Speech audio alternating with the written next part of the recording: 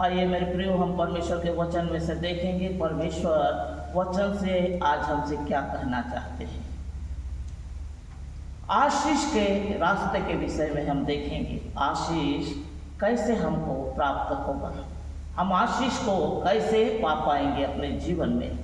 तो उसके लिए वचन में लिखा है तन, मन और धन।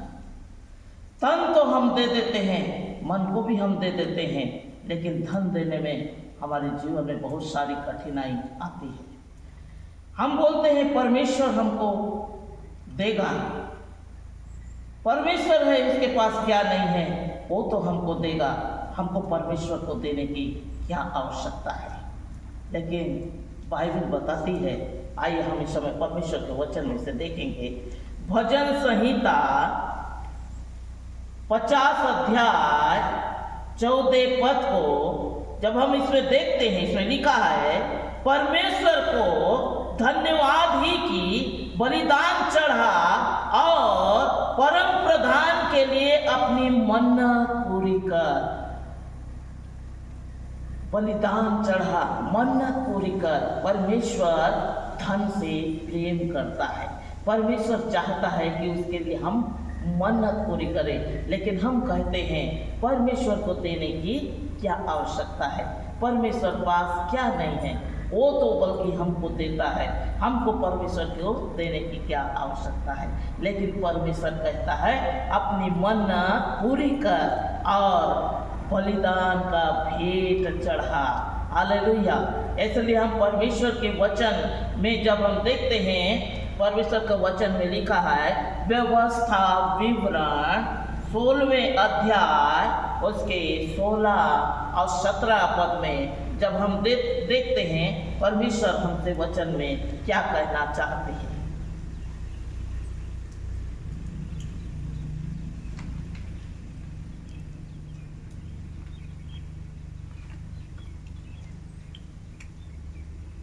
सब पुरुष अपनी अपनी पूंजी और उस आशीष के अनुसार जो तेरे परमेश्वर यहोवा ने तुझे दिया है उसे दिया करे, और कोई भी छूछे हाथ खाली हाथ यहोवा के पास ना आए। हालेलुया। परमेश्वर खुद चाहता है कि हम उनके पास खाली हाथ नहीं जाना है। परमेश्वर के वचन में हमने अभी पढ़ा कि अपने परमेश्वर ने जो पूंजी, जो धन, जो संपत्ति, जो रुपया पैसा हमें दे रखा है, उस पैसे को परमेश्वर के पास हम बलिदान दशमांश के रूप में हम चढ़ाएं। क्योंकि परमेश्वर का वचन में लिखा है सब पुरुष जाति विजाति सब पुरुष के लिए परमेश्वर कहता है अपनी पूंजी और उस आशीष के अनुसार जो तेरे परमेश्वर यहोवा ने तुझको दिया है दिया करे। क्योंकि बाइबल में जो प्रकार लिखा है, उत्पत्ति की किताब 14 अध्याय 20 पद में हम देखते हैं अब्राहम ने मलकीसेदक को अपने कमाई के सारे कमाई के दशमांश दिया करता था, क्योंकि मलकीसेदक याजक था और वह अब्राहम के लिए प्रार्थना किया करता था। हम इस उत्पत्ति की किताब 14 अध्याय 20 पद में देखते हैं और धन्य है परम प्रधान ईश्वर जिसने तेरे द्रोहियों को तेरे वश में कर दिया। तब अब्राहम ने उसको सब वस्तुओं का दशमांश दिया। अब्राहम ने सब वस्तुओं का दशमांश दिया। आज हम दशमांश देने के लिए हम सबसे पीछे हैं। हम दशमांश देना नहीं चाहते हैं, हम परमेश्वर को दशमांश देना नहीं चाहते। हम कहते हैं जो भी कुछ परमेश्वर दिया है उसके अनुसार हमने दिया। लेकिन दशमांश क्या है हम देखेंगे। दशमांश जब हम कमाते हैं 100 रुपया, उसका 10 रुपया निकालना दशमांश है। मलकीसेदक को अब्राहम ने अपने सारे दशमांश को दिया। उत्पत्ति के किताब 28 अध्याय 20, 21, 22 में लिखा है, याकूब जब लाबान के यहाँ जा रहा था और जाते हुए वह रास्ते में जब थक गया और सो गया, पत्थर उठाया, पत्थर के ऊपर पत्थर रखकर उसे अपने सिरहाने पर रख दिया और गहरी नींद में सो गया। उस समय याकूब सपना दर्शन में परमेश्वर को देखा। स्वर्गदूत थे, परमेश्वर थे और स्वर्गदूत सीढ़ी लगाकर चढ़ रहे थे, उतर रहे थे। उस ऊपर सिंहासन में स्वयं परमेश्वर था और वह परमेश्वर ने याकूब को स्वप्न में कहा, मैं अब्राहम का, इसहाक का परमेश्वर हूँ और तेरी भी वंश को मैं बढ़ाऊंगा, तेरी भी मैं रक्षा करूंगा।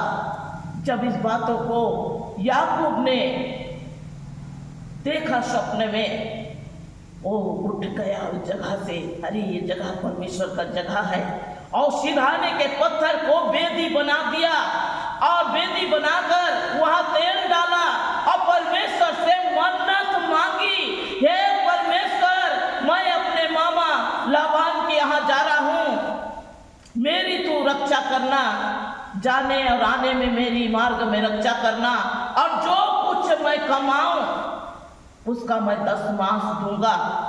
यदि तू मुझे खाने के लिए, पहनने के लिए कपड़ा, खाने के लिए रोटी दे और फिर से मेरे पिता के घर में आने के लिए तू रास्ता खोले, तो हे प्रभु, मैं मन्नत मांगता हूँ, मैं जगह आकर अपने सारे दशमांश दिया करूँगा।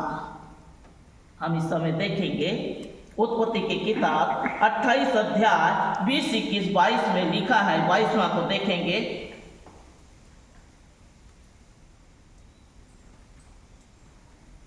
याकूब ने खंबा खड़ा किया और परमेश्वर के भवन ठहराएगा, और जो कुछ तू मुझे देगा उसका मैं दशमांश दिया करूंगा। यदि तू मुझे खाने के लिए रोटी, पहनने के लिए वस्त्र और मेरी रक्षा करेगा, और जो कुछ तू मुझे आशीष को देगा प्रभु, उसका मैं दशमांश दिया करूंगा। और याकूब ने यह प्रकार से परमेश्वर से मन्नत मांगी, और जब उसने मन्नत मांगी और जब अपने मामा के घर से आया, वो वैसी नहीं लौट गया, दूसरे रास्ता नहीं पकड़ा, बल्कि वही रास्ता से आया और वहां अपनी मन्नत को उसने पूरी किया। Hallelujah, hallelujah, hallelujah. परमेश्वर का धन्यवाद हो मेरे प्रियो, परमेश्वर की महिमा हो। मन्नत मांगना और उसे पूरा करना, ये परमेश्वर की ओर से है। हम मन्नत को भी नहीं मानते और ना ही दशमांश भी देना नहीं चाहते। तो इस समय हम परमेश्वर के वचन से देखेंगे मलाकी के किताब 3 अध्याय उसके 8वें, 9वें और 10वें पद में क्या लिखा है। हम थोड़ी देर निकाल कर उसे हम पढ़ेंगे।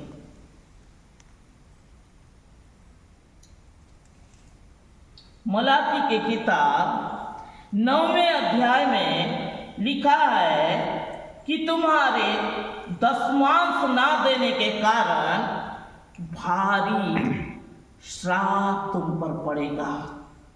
हालेलुया। 8वें को देखेंगे। क्या मनुष्य परमेश्वर को धोखा दे सकता है? मुझे धोखा तुम देते हो और पूछते हो किस बात से हमने तुझे लूटा है? दशमांश और उठाए गए भेंट से। हम परमेश्वर के लिए दशमांश नहीं निकालते। परमेश्वर इस बातों को कहता है, तुम मुझे लूटते हो, तुम मुझे धोखा देते हो। हम बोलते हैं, ये परमेश्वर, हम कौन सी बातों से तुझे लूटा है, कौन सी बातों से हमने तुझे धोखा दिया है? तो परमेश्वर कहता है 10 मास के विषय में तुमने मुझे लूटा है, इसके कारण तुम पर भारी श्राप आ गया है। 9वें पद में लिखा है भारी श्राप हम पर आ गया है। कौन सी श्राप? हम देखेंगे कौन सी श्राप? कर्ज का श्राप, समस्या के श्राप, बीमारी की श्राप, चिंता की श्राप। आज हमारे घर में नाना प्रकार से चारों तरफ से आकर श्राप चारों तरफ से हमको धीरे धीरे कब्जा करते चले आ रहा है। आशीष का एक रास्ता, लेकिन श्राप के लिए बहुत सारे रास्ता। हम कई बार बोलते हैं हम बिजनेस को चालू किए, बिजनेस अच्छा चल रहा था, बहुत अच्छे रीति से बिजनेस में प्रोग्रेस हो रहा था, हम आगे बढ़ते चले जा रहे थे, लेकिन आज वो डूबता चला जा रहा है। दिन प्रतिदिन बीमारी हमारे घर को घेरते चले जा रहा है। पहले एक बीमारी से हम पीड़ित थे, अभी कई सारी बीमारी हमको लग गया है। हमारे घर में बेरोजगारी की समस्या, नौकरी की समस्या, हमारे घर में बांझपन की समस्या, नाना प्रकार की चिंता और निराशा हमें धीरे धीरे भारी श्राप में हमको घेरता चला जा रहा है। हालेलुया। इसलिए परमेश्वर ने कहा है तुम 10 मास नहीं देने के कारण तुम भारी श्राप में पड़ रहे हो। वो परमेश्वर है जो हमको दिया, उसको देने की क्या आवश्यकता है? हम इस प्रकार से कहते हैं, लेकिन बाइबल बताती है मेरे प्रियो, हमको परमेश्वर कहता है तू छूछे हाथ मेरे पास नहीं आना। मलाकी की किताब कहता है तू अपने सारे 10 मास मेरे भंडार गृह में लेके आ। हम 10वें पद में देखते हैं तू अपने सारे 10 मास मेरे भंडार गृह में लेके आ और परख कर देख यहोवा कैसा भला है, वह तेरे ऊपर 60 गुना 70 गुना 100 गुना आशीष से भर देगा। हम परखते हैं और दूसरी बातों में, लेकिन परमेश्वर को दे के परखने की बात हमारे जीवन में नहीं है। हम 10 मास नहीं देंगे तो क्या होगा? घर में लाइट बिल नहीं पटेगा तो क्या होगा? बच्चों की फीस नहीं होगी तो क्या होगा? डॉक्टर की फीस नहीं होगी तो क्या होगा? हम इस सारी बातों को चिंता करते हैं, ये सारी बातें जरूरी है, लेकिन 10 मास देना जरूरी नहीं समझते। ये महीना हम नहीं दे पाएंगे, क्या हुआ नहीं देंगे तो? हम इस सारी बातों के कारण मेरे प्रियो हम धीरे धीरे बड़े श्राप में, भारी श्राप में, बीमारी वाली श्राप में, चिंता वाली श्राप में, निराशा वाली श्राप में हम धीरे धीरे दबते चले जाते हैं और हमको रोग चारों तरफ से घिराव करते चले जाता है। हम 10 मास नहीं देने के कारण हम नाना प्रकार की चिंताओं में फंसते चले जाते हैं। कर्ज के ऊपर कर्ज, बीमारी के ऊपर बीमारी, नाना प्रकार से दुख के ऊपर दुख। कई प्रकार बोलते हैं एक कर्ज छूटा नहीं, दूसरा आके खड़ा हो जाता है। एक बीमारी छूटी नहीं, दूसरी बीमारी आके खड़ी हो जाती है।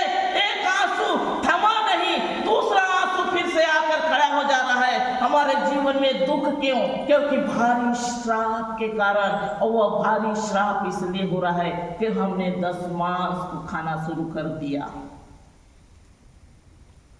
हालेलुया। प्रभु का धन्यवाद हो मेरे प्रियो। परमेश्वर के 10 मास, परमेश्वर के 10 मास जो है वो परमेश्वर का है।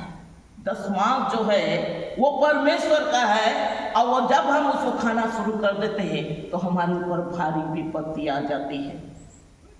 कई बार देते हैं हम और उसके लिए हम क्या करते हैं? देने के द्वारा हम लोगों के पास ढिंढोरा भी पीटते हैं।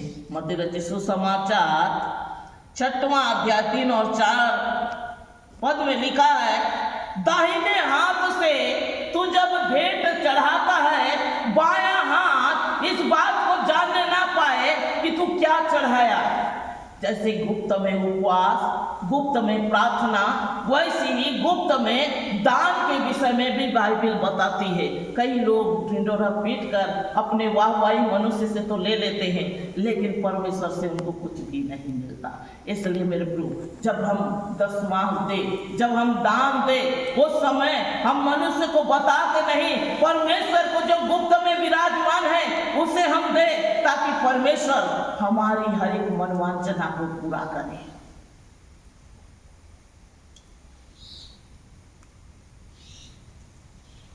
मत्ती रचित सुसमाचार 20 अध्याय उसके 22 अध्याय उसके 20वां पद में लिखा है, यीशु को उस जगह फरीसी शास्त्री थे, परीक्षा करने लग गए और यीशु से कहने लगे, हे गुरु, एक सिक्का को दिखाते हुए उसे परीक्षा करने लग गए, पूछने लग गए, हे गुरु, ये किसका है? यीशु ने कहा, परमेश्वर का है तो परमेश्वर को दो, कैसर का है तो कैसर को दो।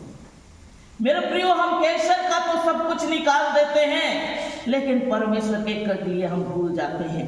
कैसर यानी हमारे घर के काम, हमारे बिजनेस, हमारे व्यापार, हमारी बीमारी, हमारी हर एक बातों में आज हमको पैसा नहीं हो पा रहा है, इस माह हम परमेश्वर को नहीं देंगे, दशमांश नहीं देंगे, भेंट नहीं देंगे, क्या होगा? परमेश्वर क्या हमको बोलेगा?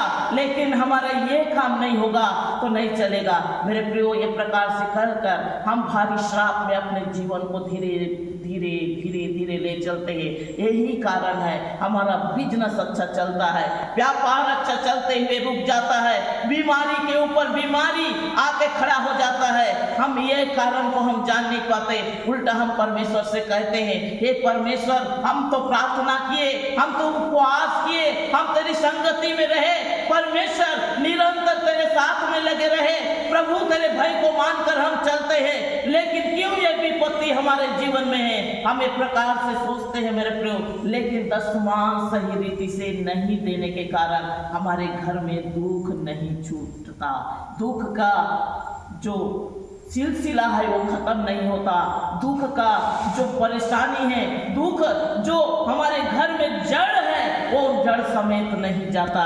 इसलिए क्या है, हम धीरे धीरे नीचे गिरते चले जाते हैं। कई लोग बोलते हैं, ठीक है, हमको दशमांश देना है, दान देना है, इसलिए ठीक है हम देंगे। लेवी व्यवस्था 22 अध्याय उसके 22 और 23 पद में लिखा है, मैं एक बुजुर्ग माता के विषय में आपको बताऊंगी। वह एक बहुत पुराना फटा हुआ नोट को सब तरफ से घुमा के लाई, सब मार्केट, सब बाजार, सब तरफ से घुमा के लेके आई, और उसके बाद उसको क्या कि बिल्कुल कुछ जोड़ तोड़ के रख दी।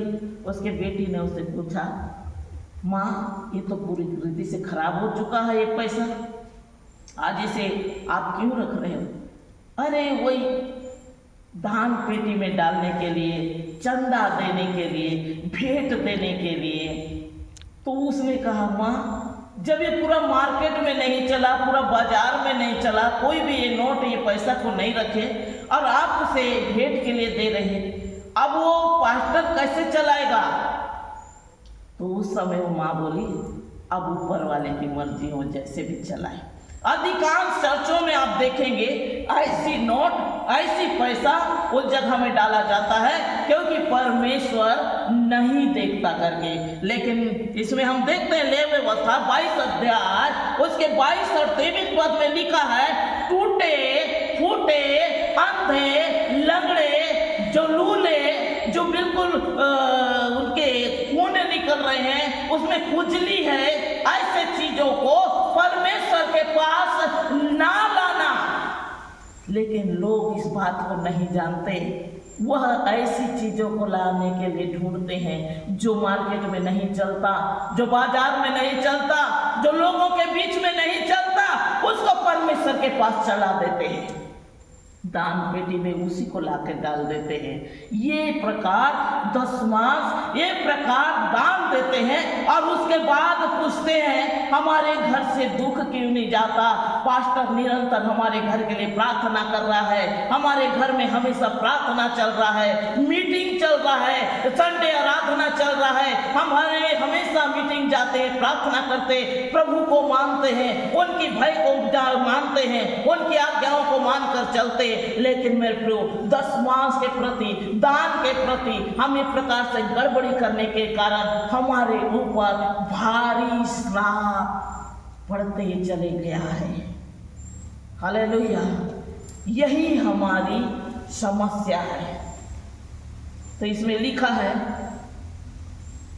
टूटे फूटे चीजों को मेरे पास ना लाना, अंधे, लूले, लंगड़े, खुजली भरे वाले, रसोली भरे वाले, नाना प्रकार समस्या से जकड़े हुए चीजों को मेरे पास ना लाना। लेकिन हम वही करते हैं जो नहीं चलता, वह परमेश्वर चलाएगा, आगे उसकी इच्छा। हम इस प्रकार से कहकर गलत चीज़ों को परमेश्वर के पास लाकर डाल देते हैं और उससे बड़ी बड़ी आशा रखते हैं कि ये बीमारी छूट जाए, व्यापार अच्छा चलने लगे, बिजनेस अच्छा चलने लगे, हमारे बच्चों की अच्छी एजुकेशन हो, अच्छे प्रकार से हम घर में खुशी से शांति से रहें, हमारे घर में प्रेम और आशीष बरसता रहे। लेकिन ऐसा नहीं होता, क्योंकि हमने परमेश्वर को धोखा दिया है। मलाकी के किताब में जो प्रकार लिखा है, तुम मुझे धोखा देते हो, तुम मुझे लूटते हो। और हम उनसे पूछते हैं, हम किस बात से तुझे लूटा है और किस बात से हमने तुझे धोखा दिया है। मेरे प्रियो, हम एक प्रकार से काम करने के वजह से हमारे जीवन से दुख और निराशा निकल कर नहीं जाता, बल्कि और भी घेराव में हम चले आते हैं।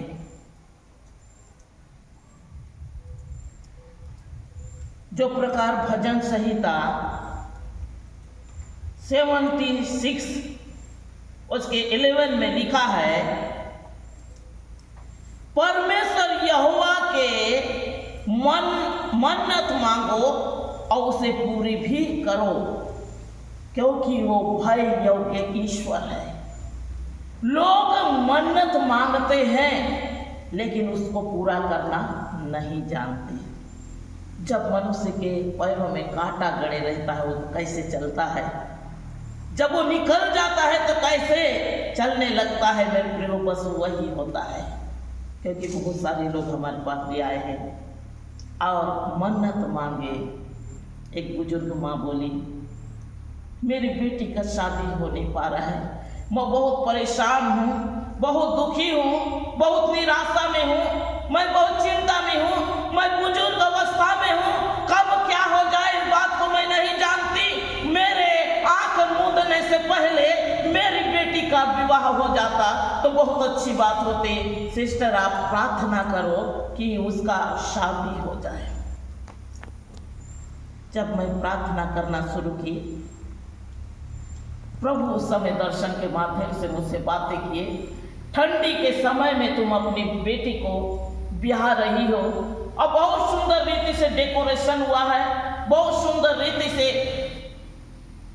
अरेंजमेंट हुआ है, बहुत अच्छे रीति से आपकी बेटी का विवाह होने जा रहा है। ठंडी के समय आप अपनी बेटी को शादी कर रहे हो। इस प्रकार जब इन बातों को सुनी, बहुत खुश हुई। वो बोली, अगर ऐसा होता है, आपका जो दर्शन है, आपने जो देखा है और आपने जो बताया है, अगर ऐसा होता है तो आप जो बोलोगे हम वो करेंगे।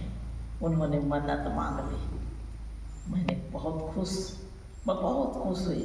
वो बोली, ठीक है आंटी, आप क्या दे सकते हैं, आप जो बोलो बेटा, क्योंकि ईश्वर के दिए सब कुछ है।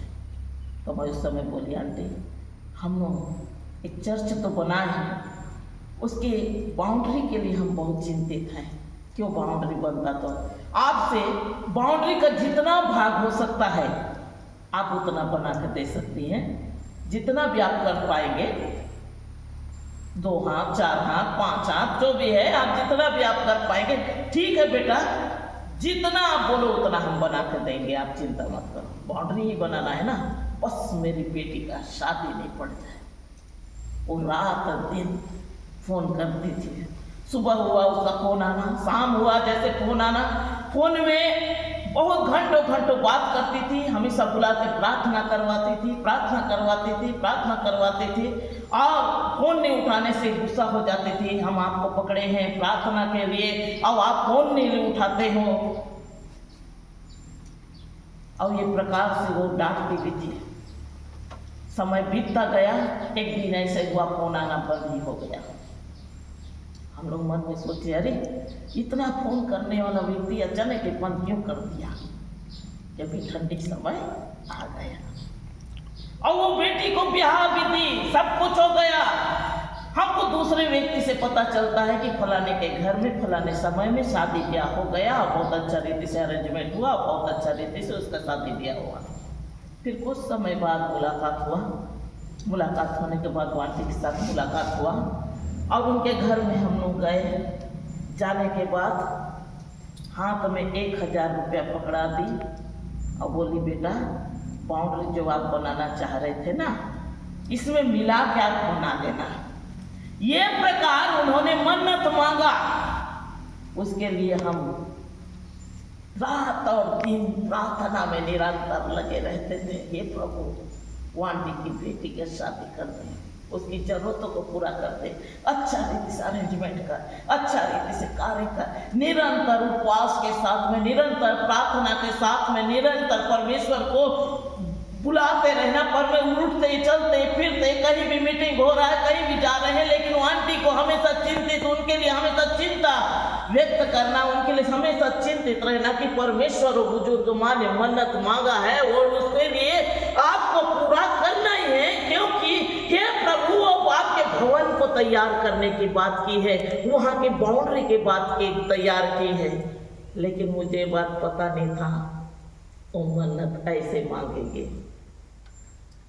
और समय आया, 1000 दे के वो मेरे को बोली कि आप इसमें मिला के बाउंड्री बना लेना।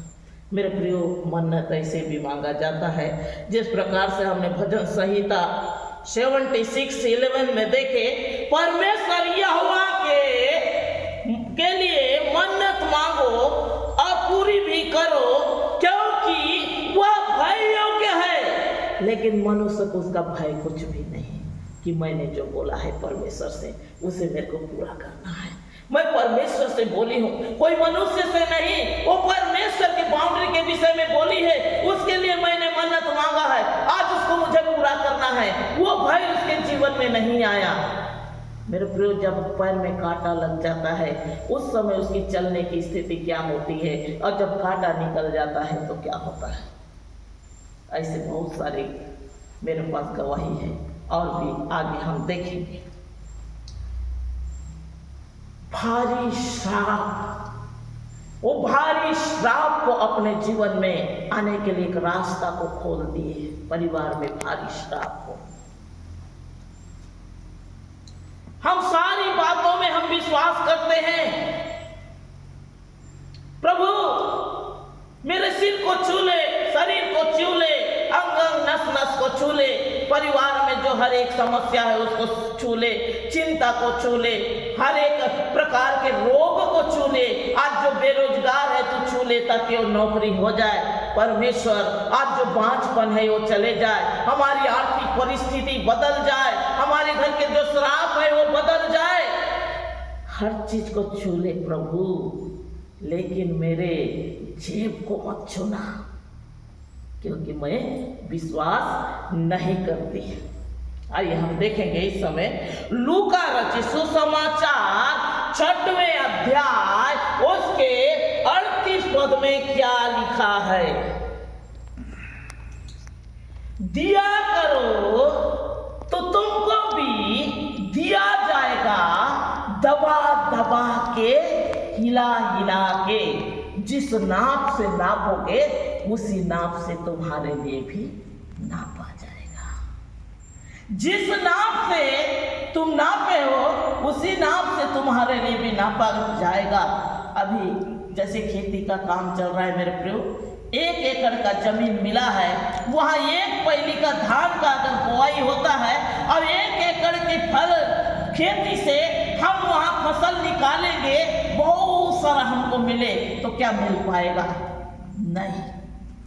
नहीं मिल पाएगा, क्योंकि हमने बुआई बहुत कम किया है। अरे परमेश्वर ने दिया है, परमेश्वर को देने की क्या आवश्यकता है। हमें सारी बातों को करके परमेश्वर के लिए हम सोचते नहीं कि परमेश्वर हमसे चाहता है कि 10 मास मेरे भंडार गृह में लेके आओ, क्योंकि मलाकी की किताब में लिखा है। बहुत सारी चर्चों में इस बातों को प्रचार पासवान नहीं करते। 10 मास के विषय में, भेंट के विषय में। मैं एक पास्टर भाई के घर में बहुत समय तक जाके रही। जब भी वो प्रचार करते थे, प्रार्थना करते थे, प्रचार करते थे, हमेशा कहते थे यीशु प्रेम करता है, यीशु चंगा करता है, यीशु हमको आशीष देता है, यीशु के साथ हम रहेंगे तो परमेश्वर हमको हर एक चीज़ों में परिपूर्ण करेगा। मैं इन सारी बातों को मैंने देखा। एक दिन मैं पास्टर साहब से पूछे, ब्रदर आप मेरे को एक बात बताइए, मैं जब से यहाँ पर आई हूँ, मैं बहुत समय देख रही हूँ, आप सारी बातों को आशीष चंगाई, बहुत सारी बातों को लेकर आप प्रचार तो करते हैं, लेकिन 10 मास दान के विषय में कभी नहीं बताते हैं। अब ये नहीं बता कि आप उन्हें भारी श्राप में डालते चले जाते हैं, क्योंकि मलाकी की किताब 3 अध्याय उसके 9वें पद में भारी श्राप के विषय में लिखा है। अब आप उसी को आप नहीं बताते। तो उन्होंने मुझसे कहा, मैं सिस्टर मैं आपको क्या बताऊं, विश्वासी पसंद नहीं करते इस विषय को प्रचार, इसलिए मैं नहीं बताता हूं। तो मैं उनसे बोली, ये तो वही बात हो गई जो तुमको हो पसंद, वही बात करेंगे। एक दिन की बात है, मैं आपको बताता हूँ। मेरी पत्नी महिला मंडल मीटिंग के लिए गई फ्राइडे के रोज, और उसको जाने में थोड़े से लेट हो गया। जानते हैं महिला लोग सब बैठे हुए थे, सब आपस में बात कर रहे थे। उसमें एक महिला बोली कि अरे अब 5 तारीख आ रहा है, अब फिर पास्टर वही 10 मास दान के विषय में बोलेगा, कितना उसको देना है मैं समझ नहीं पा रही हूँ, वो खाली वही विषय को बताता है। ऐसे बोलकर उसे, हाँ बहुत लालची हो गया है, बहुत लोभी हो गया है, खाली 10 मास दान के विषय में प्रचार करता है। ऐसे कर करके वो सब बात कर रहे थे। और मेरी मिसेज जब गई तो सब चुप हो गए, और उनका आवाज़ बाहर तक आया। मिसेज घर में आई, मुझसे कहने लग गई कि आप सब विषय को प्रचार करो, 10 मास दान के विषय में प्रचार ना करना, क्योंकि महिला ऐसी बोलती हैं कि वो लोभी हो गया, वो लालची हो गया। लेकिन बाइबिल बताती है 10 मास और दान भंडार गृह में ले लाओ, लेकिन हम उसे लोभी और लालची कहते हैं। मेरे प्रियो, 10 मास केवल पास्टर पासवान को ही, विश्वासी को ही देने के लिए नहीं बताता, बल्कि पास्टर पासवान के लिए भी कहा है। आइए हम परमेश्वर के वचन में से देखेंगे। नेहम्याह के किताब 10वें अध्याय उसके 38 पद को जब हम देखते हैं, जब लेवी 10 मास ले, तब उसके संग हारून के संतान का कोई याजक रहा करे, और लेवी 10 मास हमारे परमेश्वर के भवन के कोठरी में अर्थात भंडार गृह में पहुंचाया करेंगे। आज लोग हॉस्टल खोल लिए, अनाथालय खोल लिए, बहुत दूर दूर चर्च बना लिए, ये सारे काम कर रहे हैं, लेकिन 10 मास दे नहीं पा रहे हैं। मेरे प्रियो, परमेश्वर का वचन में जो प्रकार लिखा है, मत्ती रचित सुसमाचार 22 अध्याय 20 पद में लिखा है, कैसर का है तो कैसर को दो, परमेश्वर का है परमेश्वर को दो। सारी चीजों को कैसर का करने से नहीं होगा। परमेश्वर के लिए, परमेश्वर के दासों को भी 10 मास निकालना पड़ेगा। और वह 10 मास नहीं निकालने के कारण उनके घर में भी भारी श्राप आता है। हमने चर्च बनाया, हम अनाथालय बनाए, बड़े बड़े हॉस्पिटल खोले, बहुत बड़ी बड़ी हम धर्म का कार्य तो कर दिए, लेकिन बाइबल बताती है भारी श्राप हम पर भी है, क्योंकि हमने 10 मास नहीं दिया। 10 मास देना बहुत जरूरी है। तो उस समय भी 10 मास का 10 मास देते थे। लेवी लोग को जो भी मिलता था, उस समय के लेवी लोग को जो भी मिलता था वह उससे 10 मास निकालते थे। आगे के समय मेरे प्रियो बहुत अच्छे रीति से परमेश्वर के वचन को मानकर चलते थे, तो उनका जीवन में श्राप नहीं आता था। सबसे मेन है हमारे हर एक के जीवन में बड़ी श्राप आने के कारण सबसे बड़ा श्राप है मृत्यु का श्राप। आगे के लोगों को देखिए, बाइबल बताती है कोई 900 साल, कोई 600 साल, कोई 500 साल, कोई 150 साल, ऐसे वो उनकी आयु बढ़ती गई। जो परमेश्वर के भय को माना उसकी आयु को परमेश्वर ने बढ़ाया। जैसे ही लोग परमेश्वर के वचन से दूर होते गए वैसे उनकी आयु भी घटनी शुरू हो गई, वो श्राप के वजह से। मेरे प्रियो, ये प्रकार उनके जीवन में श्राप पड़ते गया। हम कहते हैं प्रभु सब कुछ तो छू लेना, हमको चंगाई मिल जाए, लेकिन जेब को मत छूना, क्योंकि मैं विश्वास नहीं करता, मैं विश्वास नहीं करती, क्योंकि देने से वो बढ़ेगा। दिया करो तो तुमको भी दिया जाएगा। जो प्रकार लूका रचित सुसमाचार के 6वां अध्याय 38 पद में लिखा है, दिया करो तो तुमको भी दिया जाएगा। हम इस बातों को विश्वास नहीं करते, केवल परमेश्वर से पाने की आशा रखते हैं। परमेश्वर हमको ये देना, परमेश्वर हमको वो देना, बिजनेस में बढ़ाना, बाल बच्चों को आशीष देना, अच्छी एजुकेशन होने पाए, अच्छी जॉब होने पाए, अच्छी सारी बातें होने पाए। मेरे प्रियो, अन्य जाति भी यही करते आए हैं, इसीलिए आज समस्या में वो भी है।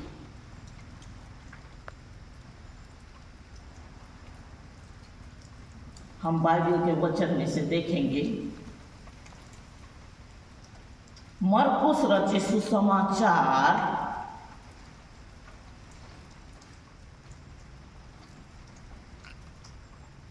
12वें अध्याय 41 पद को हम देखेंगे। इसमें लिखा है, यीशु मसीह वह मंदिर के भंडार के सामने बैठकर देख रहा था। कौन? स्वयं यीशु। लोग मंदिर के भंडार में किस प्रकार से पैसे डाल रहे हैं, और बहुत से धनवान ने बहुत कुछ डाला। बहुत सारे धनवान आए वहां, बहुत कुछ डाला, हीरे मोती ज्वारा सोना चांदी पैसा रुपया जो भी कुछ है सब डालते जा रहे थे। बहुत बड़ा वो जगह में रखा गया था सामान, और सब कुछ डाल रहे थे। उस जगह में हम 42 को देखेंगे।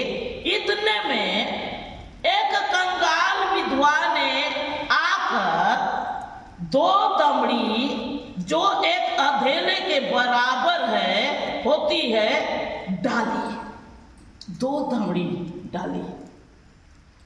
तब उसने अपने चेलों को पास बुलाकर उससे कहा, मैं तुमसे सच कहता हूं, मंदिर के भंडार में डालने वालों में से ये कंगाल विधवा ने सबसे बढ़कर डाला है। सबसे बढ़कर सोना चांदी रुपया ज्वारात, ये सबसे बढ़कर ये विधवा ने डाला है। आज वही शिक्षा हमारे बीच में है। आगे 2 रुपया चलता था। जब परिवार सब रहते थे, 5 जन है, कितने जो 5 जो, चलो ये 10 रुपया ले जाओ और इसको क्या करो, चिल्लर करा लो, और सब 10 दो सब रुपया सबको दे दो, अब सबको हो गया, चलो हम जाते हैं प्रार्थना भवन में। वो वाली शिक्षा वही शिक्षा ये वचन से उन्होंने सीखा कि हमको, जब विधवा ने 2 दमड़ी डाला, 2 दमड़ी 2 रुपया, अभी के हिसाब से 2 रुपया उसने डाला, और यीशु मसीह जो जगह थे उन्होंने सोना चांदी रुपया जवाहरात जो भी था उसको पसंद नहीं किया, बल्कि 2 रुपया को उन्होंने पसंद किया। इसलिए हमारे लोगों को क्या करना चाहिए? 2 रुपया डालना चाहिए। तो सब लोग क्या किए? 10 रुपया को चिल्लर करके सब एक दूसरा में बांट लिए और 2 रुपया दान पेटी में डालना शुरू किए। हालेलुया, प्रभु का धन्यवाद हो, परमेश्वर की महिमा हो, क्योंकि आगे का पाठ उनको समझ में नहीं आया। सबने अपने धन से बढ़ती में से डाला, सब अपने धन के बढ़ती में से डाला। करोड़पति, अरबपति, बहुत सारे धनी लोग हैं, उनके पास बहुत कुछ है, वहां से उन्होंने कुछ निकाल के परमेश्वर के भवन में डालना शुरू किया। परंतु किसने उस बुजुर्ग महिला ने, वो बूढ़ी माँ ने अपने घटी में से जो कुछ उसके पास था, अपने घटी में से जो कुछ उसके पास था, अर्थात अपनी सारी जीविका डाल दी। उसके पास दूसरे दिन भी नहीं सोचा कि कल मैं क्या खाऊंगी, कल के लिए मेरी रोटी क्या होगी, कल मैं किससे मांगूंगी। इन बातों को उसने नहीं सोचा। वो सुख चाहते, मन में सोचते, आज ये जगह में बहुत लोग बहुत कुछ डाल रहे हैं, रुपया पैसा धन संपत्ति, बड़े बड़े लोग आए हैं, बड़े बड़े धनी व्यक्ति ये जगह में आए हैं, बहुत कुछ डाल रहे हैं, पर वो जगह कैसे करके डालूं, जाऊं कैसे मैं इसको डालूं। उनके सामने तो ये कुछ भी नहीं है, लेकिन यीशु बैठे हैं, लेकिन यीशु चाहता है कि दान डालने के विषय मेरे को डालना ही है। वो मन में सोची, और जो कुछ भी उसके पास था, मात्र 2 दमड़ी उसके पास था, 2 रुपया उसके पास था, उसे अपने मन से, अपने हृदय से, अपने जीवन से, पूरी रीति से, समर्पण भाव से उसने डाल दिया। उसे देखकर यीशु ने कहा, इसने सबसे बढ़कर डाला। हम इस बातों को 2 दमड़ी को ले लिए, लेकिन बढ़कर डाला, इस बातों को हमने नहीं देखा। यही हमारा ज्ञान होने के कारण हमने 10 मांस को खाना शुरू किया, भेंट को खाना शुरू किया, और सारी प्रकार से चिंता और निराशा और दुख और आंसू के ऊपर आंसू और परेशानी के ऊपर परेशानी को बटोरना शुरू कर दिया, और कहने लग गए, ये प्रभु, हम तो तेरी महिमा करते हैं, आराधना करते हैं, प्रार्थना करते हैं, संडे चर्च जाते हैं, हम दान देते हैं, हम जो भी कुछ लगता है आज चर्च के कुछ काम के लिए आगे दौड़े चले जाते हैं, लेकिन ये प्रभु आज दुख हमारे जीवन में क्यों है? हम एक प्रकार मन में सोच लेते हैं, लेकिन हमने क्या किया, इस बातों को भूल जाते हैं। बीते दिन एक परिवार आए प्रार्थना के लिए, और उन्होंने मुझसे कहा कि बेटा आप प्रार्थना करो, हम लोग बहुत चिंतित हैं, हमारी एक जमीन है, इसको हमको बिक्री कराना है, हमने इसके लिए बहुत चिंता करके बैठे हैं, ये बिक्री हो जाता तो हमारा काम अच्छा आसान हो जाता। उसने अपने मन में सोचकर उन्होंने कहा, अगर ये बिक्री हो जाता है तो हमारे परिवार से सब अलग अलग, क्योंकि ये इसका जो भी बिक्री होगा इसका क्या होगा, 3 हिस्सा होगा, और सब हम अपने तरफ से सब मिल के हम देंगे। आप कैसे भी करके इस जमीन को बिक्री के लिए आप दुआ करो। निरंतर 3 साल से ये विषय के लिए प्रार्थना चलता गया, निरंतर सुबह हो, शाम हो, रात हो, 50 बार फोन आना, और बहुत बार उसके लिए प्रार्थना घर में मीटिंग, बहुत सारी चीज चलते रही, और ये प्रकार समय होता गया, ये सिलसिला चलता गया। परमेश्वर पिता ने बहुत अद्भुत रीति से वो जगह में कार्य करने के लिए एक बड़ी योजना को बनाई। हजारों के जगह को परमेश्वर ने करोड़ों में काम कर दिया। बड़ी योजना को पूरा किया। परिवार जैसे आए अपना काम को किए, आप बिल्कुल निकल पड़े।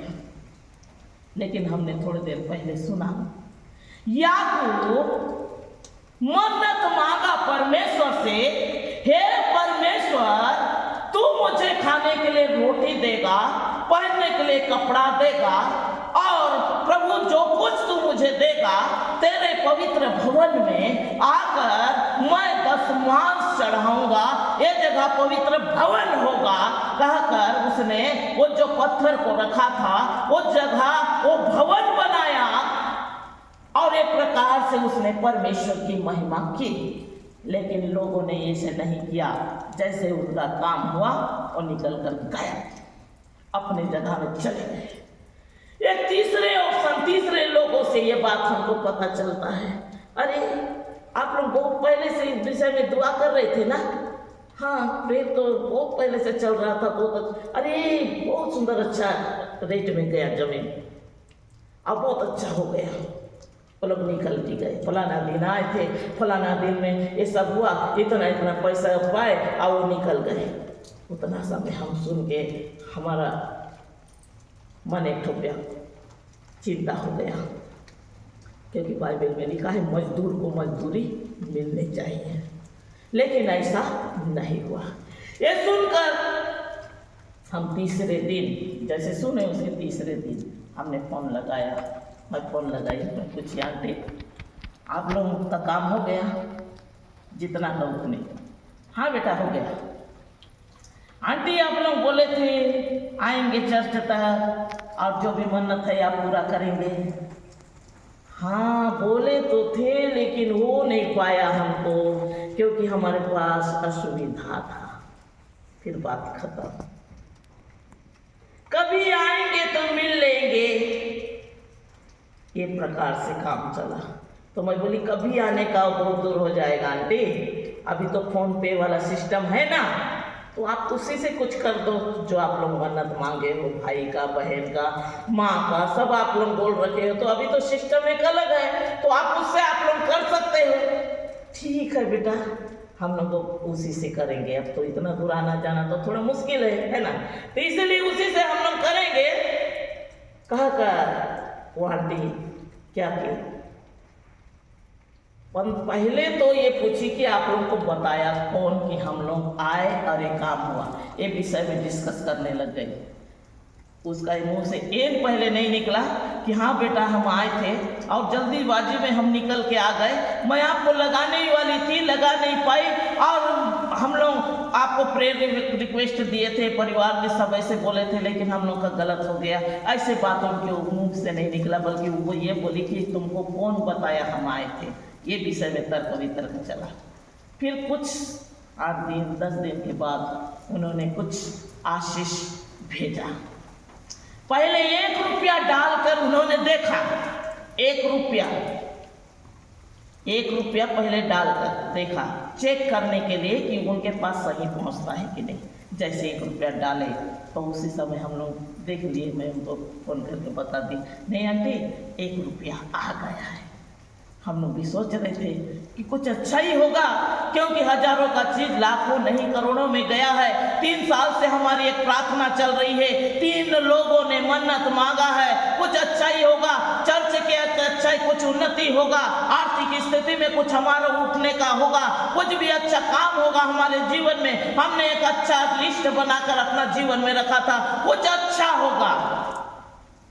तो उस समय 1 रुपया देने दिए और उसके बाद दोबारा जब डाले 4,999 दे के पूरा 5,000 में बात पूरा खत्म कर दिए। और बोले बेटा हमको वहाँ पर भी देना है, वहाँ पर भी देना है, यहाँ पर भी करना है, वहाँ पर भी करना है।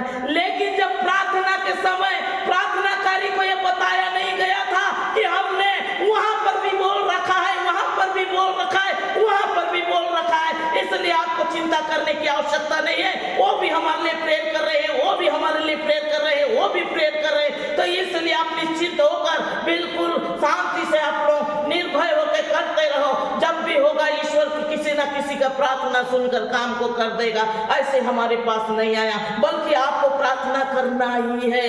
आपके द्वारा ये होगा, हमने सुना है, आपके द्वारा ये होगा। आपको निरंतर प्रार्थना में लगे रहना है। इन बातों को हम सुन रहे थे, लेकिन जब काम हो गया, जब पैर से कांटा निकल गया, उस समय बात एक अलग हो गया। उस समय बोलने लगे हमको वहां भी देना है, वहां पर भी देना है, वहां पर भी देना है। मैं आपसे पूछती हूँ, ये बातों को देखिए। एक मजदूर जब मजदूरी करता है, उसके लिए जब मजदूरी करने वाला व्यक्ति को यह पता चल गया कि मेरे को 3,000 रुपया मिलने वाला है, अब उसको ये पता नहीं होता है कि मालिक ही 3,000 को 3 में बांटा हिस्सा करने वाला है, 3 को हिस्सा करेगा, 3 में बंटवारा करेगा। इस बातों को वो काम करने वाला नहीं जानता है। वो केवल निरंतर ये सोचता है कि ये मेरे लिए है। जब मालिक देने के लिए शुरू करता है तो कहता है मेरे को यही पैसा वहाँ भी देना है, यही पैसा वहाँ पर भी देना है, यही पैसा वहाँ पर भी देना है। ये प्रकार से 10 लोग देना शुरू किए हैं मेरे प्रियो।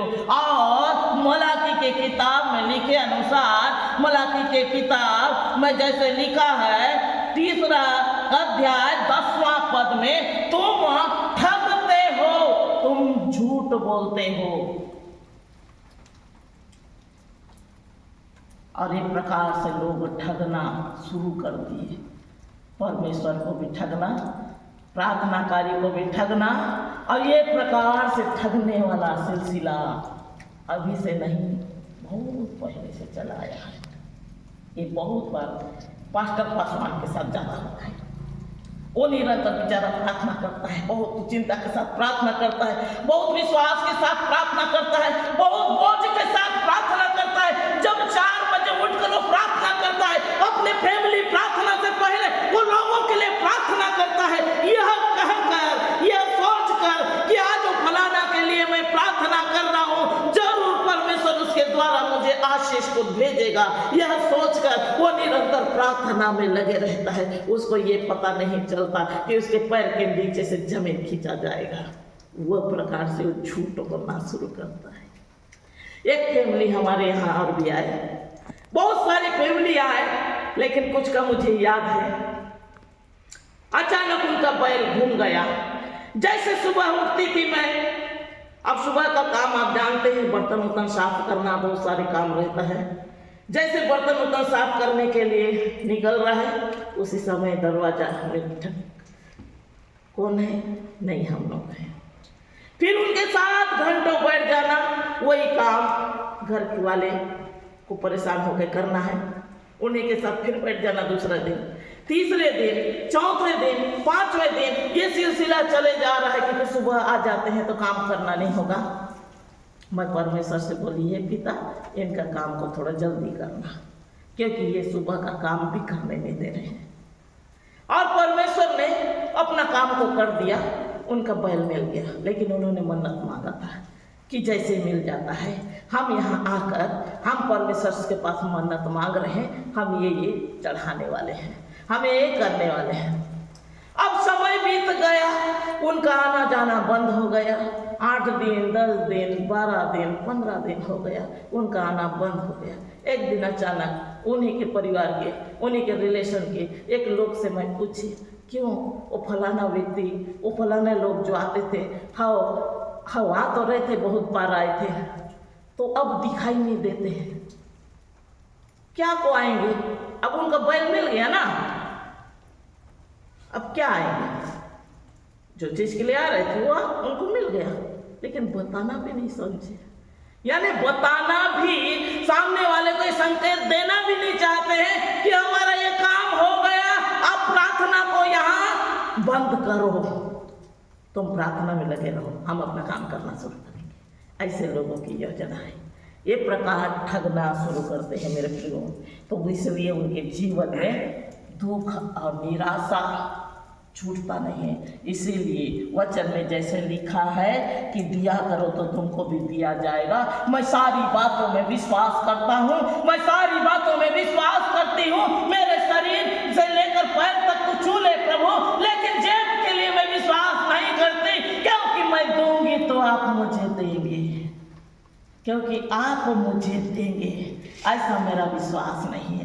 जो है वही से मेरा जीवन चलेगा, उसी से मेरा आगे भविष्य चलेगा, मेरे परिवार चलेंगे, मेरे सब कुछ चलेंगे। लेकिन उसके बाद क्या होता है, वो लंबी बीमारी, एक में 7 बीमारी जुड़ जाती है, एक्सीडेंट दुर्घटना में पड़ जाता है, कर्ज के ऊपर कर्ज पड़ जाता है, समस्या के ऊपर समस्या पड़ जाता है, और वो धन, वो रुपया धीरे धीरे शून्य और जीरो होना शुरू हो जाता है। लेकिन वो जान नहीं पाता वो किधर से आशीष आया था, हम उसके लिए कितना रास्ता खुल गया, और हजारों रास्ता उसके लिए खुल गए। और वो रास्ता जब वो निकलना शुरू किया, कुछ भी नहीं रह जाता। एक दिन वो कहने लगता है कि मैंने इतना पैसा कमाया, लेकिन आज कुछ भी नहीं है। उस समय था जो मेरे पास बहुत रुपया रहता था, मेरे बिजनेस अच्छा चल रहे थे, मेरे व्यापार अच्छा चल रहे थे, मेरे परिवार में सुख शांति था। हम इतना बीमारी को नहीं जान रहे थे, इतना दुख को नहीं जान रहे थे। आज धीरे धीरे हम नीचे क्यों चले जा रहे हैं, लेकिन हमने ये बात को नहीं देखा कि हमने 10 मांस का परमेश्वर का खाया है, हमने उसके पेट को खाया है। हमने परमेश्वर के दासों को झूठ बोला है। कई सारे परिवार ये प्रकार से कर परमेश्वर को लूटना शुरू करते हैं, परमेश्वर को झूठ बोलना शुरू करते हैं। मेरे प्रियो, हम परमेश्वर को झूठ ना बोले, हम परमेश्वर को लूटना बंद करें, यदि हम परमेश्वर से आशीष को चाहते हैं। इसीलिए आशीष ठहर नहीं पाता, इसलिए आशीष विकास कर नहीं पाता, इसलिए आशीष में एक समृद्धि नहीं होता, बल्कि वो एक रास्ते से आके हजारों रास्ता पकड़ लेता है, और वो धीरे धीरे कम हो जाता है, और हम आंसू, चिंता, निराशा, दुख लेकर हम बैठ जाते हैं। अब परमेश्वर को फिर कहने लगते हैं कि हे परमेश्वर, हम इतना विश्वासी हैं, हमने इतना प्रार्थना करने वाले हैं, हम इतना चर्च जाने वाले हैं, हमने दान दिया, हमने सब कुछ किया, फिर भी दुख हमारे घर से नहीं जा रहा है। पता नहीं ये कब जाएगा, ये हमारे भाग्य में लिख गया है। हम एक प्रकार से भाग्य को दोष देते हैं। मेरे प्रियो, हमारे कर्म के कारण, हमारे ही अधर्म के कारण परमेश्वर हमसे ये सब हमारी समस्या हमारे ऊपर में अभिश्राप, भारी श्राप हमारे ऊपर में आ जाता है, हमारे ही कर्म के कारण से। इसलिए कोर्ट में केस चले जा रहा है, जो जगह में एक केस खत्म हुआ नहीं, दूसरा केस शुरू हो जा रहा है। कई ऐसे रास्ता शैतान खोल के रख देता है, कई ऐसी समस्या शैतान हमारे जीवन में खोल के रख देता है, हम जान भी नहीं पाते ये कहाँ से आ रहा है और ये कौन सी मंजिल में हमको ले जाए। इसलिए श्राप का रास्ता बहुत सारा है, आशीष का रास्ता एक है। इसलिए हम परमेश्वर की आज्ञाओं को माने, उनकी विधियों को माने, उनकी आज्ञाओं को मानकर चलेंगे, परमेश्वर हमारे लिए नए नए रास्ता को खोलेगा। उकाव के नाई हम उड़ेंगे, परमेश्वर की आशीष को पाएंगे, परमेश्वर की सामर्थ्य को पाएंगे। वो उमड़ता हुआ आशीष देगा, वो ठहरता वाला आशीष देगा, कि वो ठहरा रहेगा। हमारे ही नहीं, हमारे पीढ़ी दर पीढ़ी के लिए परमेश्वर आशीष देगा। अब्राहम ने 10 मांस दिया, इसलिए याकूब भी 10 मांस दिया, और परमेश्वर ने उनके वंश को आशीष को दिया। वैसी उमड़ता हुआ आशीष हमारे परिवार में होगा, वो ठहरता वाला आशीष हमारे जीवन में होगा। जैसे लोग 10 मांस को बंद कर दिए, श्राप में पड़ना शुरू हो गए, वो भारी श्राप उनके जीवन में होना शुरू हो गया। वही भारी श्राप के कारण आज लोग अपने आप को बिल्कुल निराश और दुखी महसूस कर रहे हैं। इसलिए मेरे प्रियो, हम परमेश्वर के वचन को माने, उसके अनुसार चले। पास्टर पासवान से लेकर छोटे से छोटे, बड़े से बड़े, हर एक लोगों को 10 मांस दान यदि नहीं देते हैं, वो दे ताकि परमेश्वर के वचन को मानकर चले, तो परमेश्वर उनके जीवन में आकाश के झरोखे को खोलकर, परख कर देख, आकाश के झरोखे को खोलकर तेरे लिए आशीष बरसाएगा। वह परमेश्वर अपना काम को करेगा। परमेश्वर के वचन द्वारा आप सबों को आशीष को दे। आमीन।